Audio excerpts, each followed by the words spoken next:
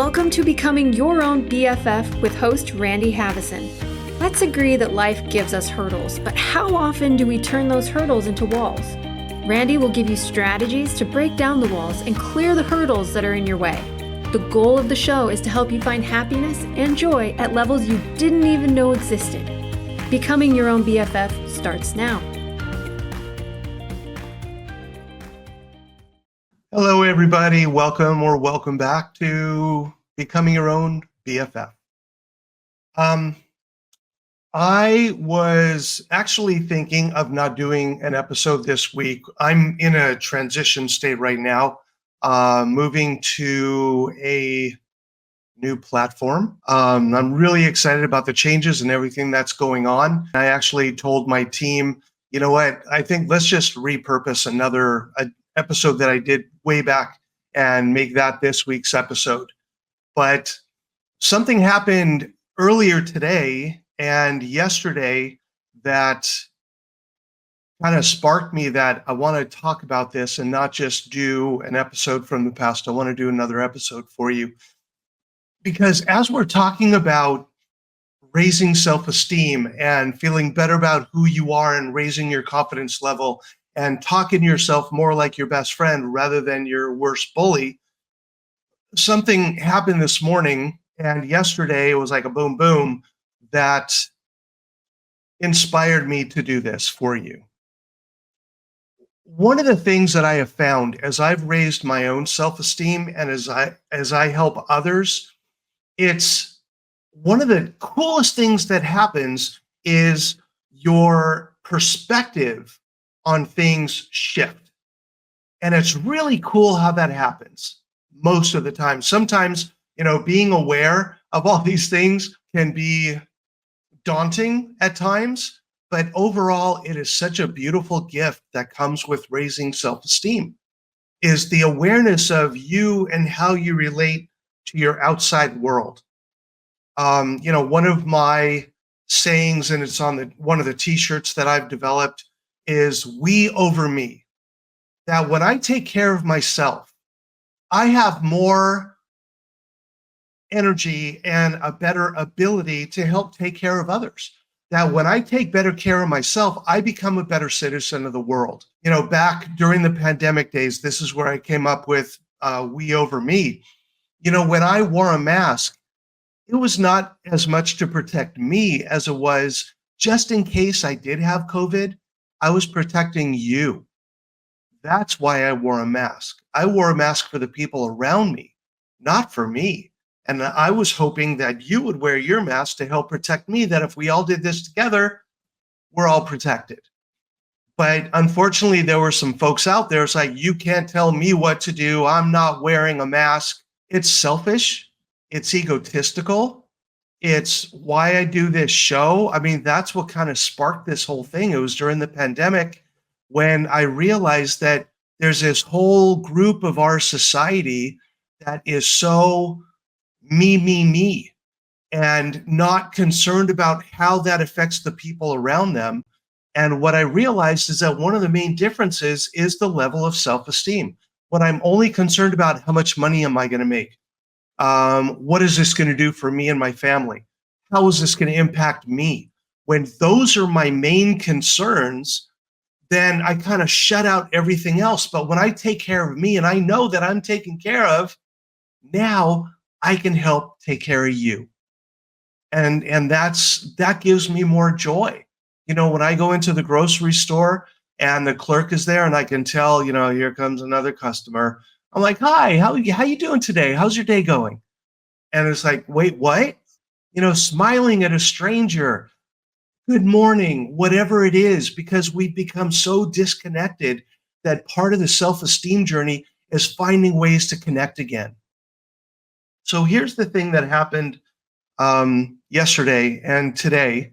I'm not sure when you're going to listen to this. You might watch this or listen to this a month from now, 2 months from now, 6 months from now, next week, who knows? But we're in a situation right now where a hurricane just hit Florida and went all the way through North Carolina, decimated Asheville, and it was called Helene. And today, there's another hurricane called Milton, which is on its way towards Florida again. And I'm concerned for the people that I know in Florida, that they're just recovering from one, and here comes another. Um, and I'm concerned about the folks in Northern California and the fires that are going on and everything that's happening right now. There's so much that has to do with all the change in climate. I think they call it climate change. I have a philosophy that the people who deny climate change are reincarnated from a time when they kept thinking that the world was flat, even though science was saying, no, it's really round. They were like, nope, nope, Earth is flat. And these are the people who are holding on to, nope, it's not climate change. But anyway, let's not get political here. So there are some climactic, devastating things going on. And yesterday, I'm in the elevator of my building. I live in San Diego, which is absolutely gorgeous. And I'm in the elevator, and this woman gets on the elevator. I said, good morning. She said, good morning. Oh, isn't this weather horrible? This fog, it's just too much. And it blew me away. I'm like, you want to complain about fog? And it's going to be gone in 2 hours. I didn't say that to her because I didn't know her and I didn't want to shame her. Getting shamed in the morning in an elevator by a stranger, that's not a good way to start the day. And I didn't want to impact her day like that. We are in a world that is consumed by ego. And part of the main reason why I do this is because I want to live in a world consumed by self-esteem, where people actually feel good about who they are and feel good about where they fit in the world. And they're helping others, and that whole vibe is spreading throughout our society.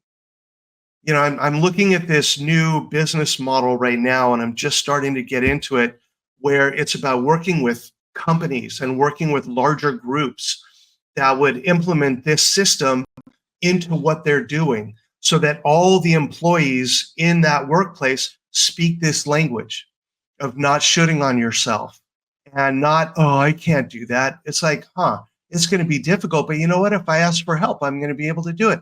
Hey, would you mind helping me out with this? Could you imagine if companies were more symbiotic in helping support each other and raise their self-esteem and not feeling like, ooh, she's getting more attention than me and he's doing this and I'm not? Wouldn't it be great if we could all live in a place of esteem? And when someone gets a promotion, it's like, wow, good for you, rather than why didn't I get it?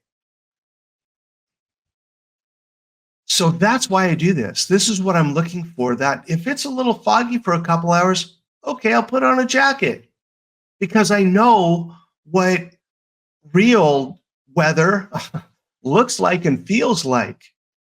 But we get so locked into our own little perception that we lose sight of what's really going on around us. So as the chaos swirls around us and all these things are happening in our world, the wars, the fires, the hurricanes, everything that's going on in a negative way, every day I look for ways that I can make a positive impact in my surrounding area. I donate to places where I feel like I can make a difference. When the Maui fires happened, I made a donation there.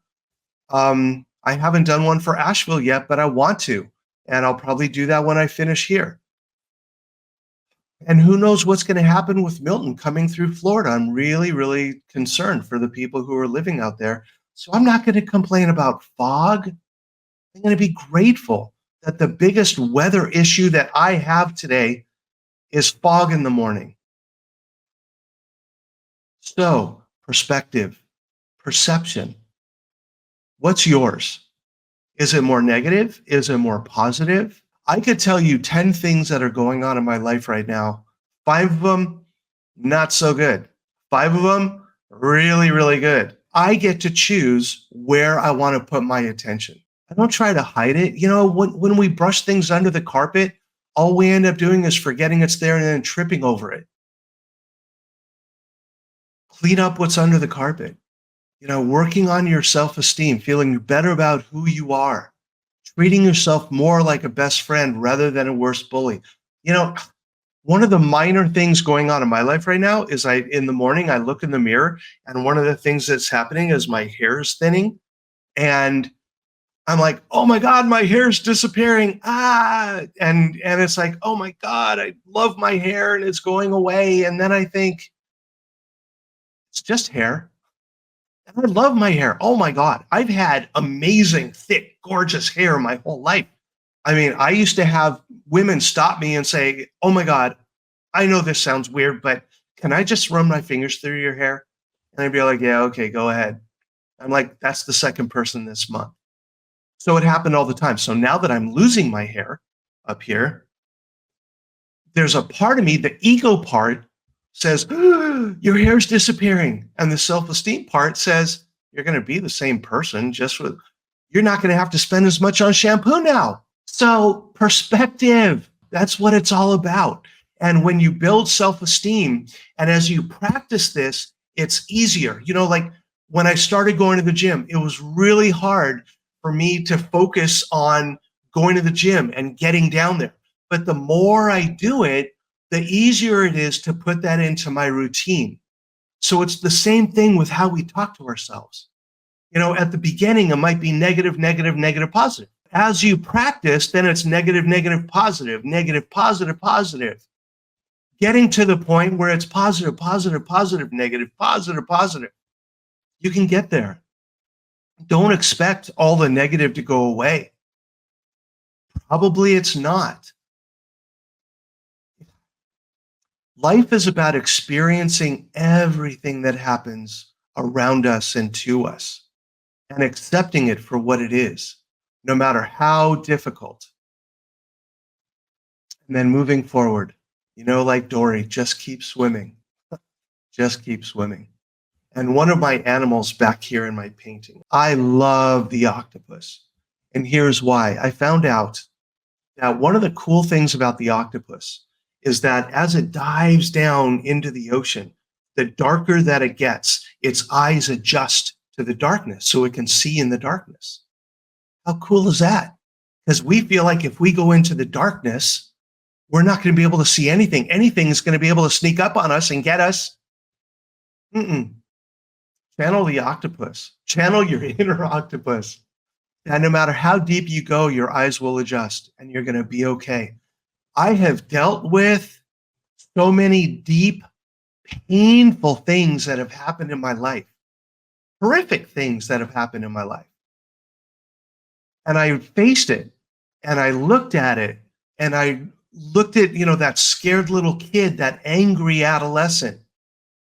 And I walked through it and I worked through it, and through therapy and journaling and all the work that I've done, I took it out from underneath the carpet and I swept it up and got rid of it. And I still remember, but it doesn't have the pain anymore because I've dealt with it. I've resolved it. And you can do that too, no matter how horrific your past, no matter what has happened to you in your past, you can come to terms with it and move on to a happier, healthier, more conscious future. You can do this. Shit, man, if I can do it, you can do it. There's no magic wand. I learned the secret formula and they let me into the mage's office and I got to see what the secret was. No, it's just working at it, working on how you talk to ourselves. I have a really good friend who's a psychiatrist, and she talks about neuroplasticity, that as you shift things in your mind, your brain actually creates new neural pathways. So when we do negative, negative, negative, as soon as we do a positive, the brain goes, huh? Oh, and it starts developing a new road and a new pathway. You know what? I'm 64 years old.